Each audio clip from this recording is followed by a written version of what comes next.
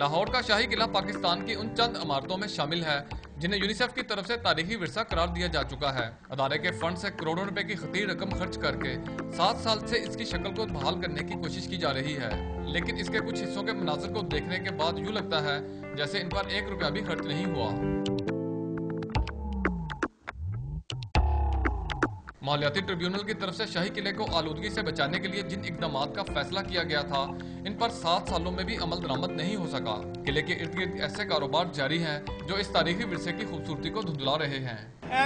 بڑی اچھی صفائی ہونی چاہیے، باہر کے ملک کے لوگ آتے ہیں دیکھتے ہیں۔ کبھی یہ روڈ بن رہے ہیں تھوڑے، اس کی وجہ سے ٹریفک کے پارکنگ کی جگہ نہیں ہے، یہاں پہ لوگ پارکنگ کہیں پہ کر جاتے ہیں، باقی لوگ یہاں پہ عمارتوں میں جہاں سایہ ملتا ہے وہاں پہ گاڑی کھڑی کر دیتے ہیں۔